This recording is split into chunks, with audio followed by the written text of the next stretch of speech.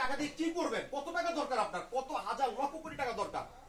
কিন্তু আবার জিন্দেগি কিয়ামতের পরে যে জিন্দেগি আমাদের জান্নাতের জিন্দেগি, সে জিন্দেগির জন্য আমাদের আসল কামাই। যত সুবহানাল্লাহ বলবেন, এই এখন এখানে শস্য ভান্ডার হিসেবে এখানে রোপণ করবেন, ওইখানে গাছ হয়ে যাবে। সেগুলো আমাদের করা দরকার না ভাই? আমরা মানুষকে আজকে জিকির দিয়ে ডাকতে পারি না, আমরা মানুষকে আজকে কোরআনের দিকে ডাকতে পারি না, আমরা মানুষকে আজকে দ্বীনের দিকে ডাকতে পারি না, আমরা মানুষকে নামাজের দিকে ডাকতে পারি না। আমাদের হিন্দু মত, আমাদের দুর্বলতা, আমাদের চরম দুর্বলতা। এই দুর্বলতা করা যাবে না। এই দুর্বলতা আমি আমার নিজের পায়ে পড়ে বললাম, নিজের ক্ষতি নিজে করলাম। ভাই আমি নামাজ পড়তেছি, আমার নামাজ কবুল হবে কিনা আমি জানি না, শিওর না, কনফার্ম না আমার নামাজ কবুল হচ্ছে কিনা। আমি কোরআন তেলাওয়াত করতেছি, কোরআন তেলাওয়াত সহি হচ্ছে কিনা আমি শিওর না। কিন্তু আমি যদি কোনো ভাইকে নামাজের দাওয়াত দিয়ে নামাজ পড়তে নিয়ে যেতে পারি, তাকে নামাজি বানাইতে পারি, তো তার নামাজ, আমার নামাজ কবুল হোক বা না হোক, আমি তার কবুল নামাজের সব আমার আমল নামায় চলে আসবে। সুবহানাল্লাহ। এর দ্বারা ওই ব্যক্তির নামাজের রীতিমতো কমতি হবে না, তার সব কমতি হবে না। আল্লাহ পাক কি দিতে পারে না ভাই? আজকে আমি নামাজের দাওয়াত দিচ্ছি না, জিকির করেওয়ালা আমি যদি কোনো ভাইকে দাওয়াত দিয়ে চরমনে নিয়ে যেতে পারি, হালকা জিকিরে নিয়ে যেতে পারি, আমি যদি কোনো ভাইকে দাওয়াত দিয়ে এরকম জিকিরের সবক দিয়ে জিকির তাকে করানোর জন্য উদ্বুদ্ধ করতে পারি, ফজিলত বলে উদ্বুদ্ধ করতে পারি, তো সে সারা জীবনে যত নেকি করবে, যত জিকির করবে, এর একটা অংশ আমার আমলে চলে আসবে। এর যে সহজ প্রাপ্তি, এর যে সহজ লাভের ব্যবসা হতে পারে বলেন? না, হতে পারে না। আজকে এই দাওয়াতের কাজে আমাদের দুর্বলতা, এই দাওয়াতের কাছে আমি রাজি না।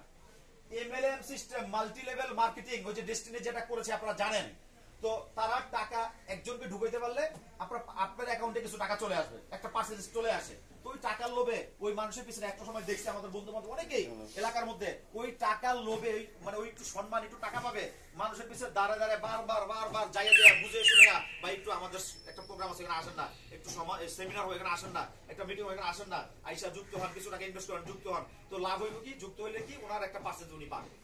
এটার পিছনে ওনারা ছাড়ে না, ওনারা চা খাওয়ায়, ওনার হাতে পায়ে ধরে রিকোয়েস্ট করে। ভাই দুনিয়ার টাকার যদি এত লোভ থাকতে পারে, দুনিয়ার টাকার লোভে পড়ে যদি আপনাকে দাওয়াত দিয়ে এত মেহনত করতে পারেন, আপনি আখিরাতের জন্য আপনার বিন্দুমাত্র লোভ থাকা উচিত না? জান্নাতের জন্য লোভ থাকা উচিত না? আজকে এটাকে আমাদের মধ্যে আছে। আমরা দুনিয়ার লাভটা বুঝছি, আখিরাতের লাভ বুঝি নাই। কি ঠিক তো? আমরা দুনিয়ার লাভ বুঝছি, অথচ দুনিয়া ক্ষণস্থায়ী, আখিরাত চিরস্থায়ী। এই ব্যাপার ফিকির আমাদের নাই। আমাদেরকে চেষ্টা করতে হবে। আমরা দুনিয়া না, আমাদের দুনিয়াতে চলার জন্য, দুনিয়াতে বাইন মাসের মতো চলতে হবে। দুনিয়ার সম্পদ, দুনিয়ার মোহ যেন আমাকে আকৃষ্ট করে আমাকে যেন হারামের দিকে নিয়ে যাইতে না পারে। আমার আসল মাকসাদ আখিরাত, আখিরাতের জন্য ঠিক থাকে। কি ঠিক তো ইনশাআল্লাহ?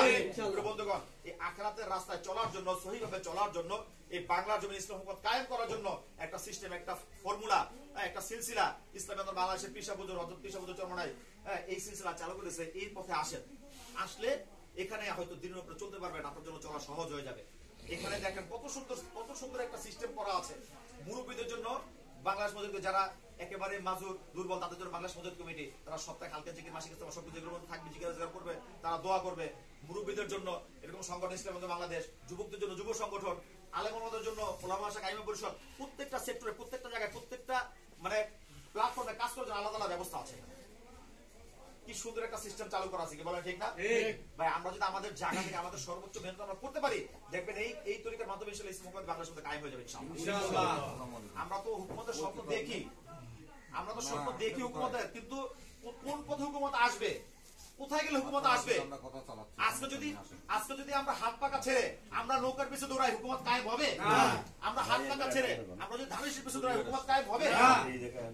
মানে এইগুলা যত ভ্রান্ত আকীদা, ভ্রান্ত দল, ভ্রান্ত মত আছে, তাদের পিছনে ধরলে কখনো হবে না। তো দুনিয়াবি কিছু লাভ আপনি পাবেন, দুনিয়াবি কিছু সম্মান আপনি পাবেন, তো আখিরাতে আপনার বিন্দুমাত্র কোনো লাভ আসবে না। সুতরাং আমরা চাই দুনিয়ার কল্যাণ, আখিরাতের মুক্তি। কি চাই ভাই? দুনিয়ার কল্যাণ, আখিরাতের মুক্তি। যদি দুনিয়ার কল্যাণ পেতে হয়, দুনিয়ার মধ্যে এমন নেতার পিছনে থাকতে হবে, এমন নেতাকে ক্ষমতায় বসাইতে হবে, এমন নেতাকে রাষ্ট্রপ্রধান বানাইতে হবে যে নেতার দ্বারা দেশের জনগণ উপকার হবে, ইসলাম, দেশ, মানবতার কল্যাণ হবে ইনশাআল্লাহ। আর আখিরাতে আমাদের মুক্তি হবে।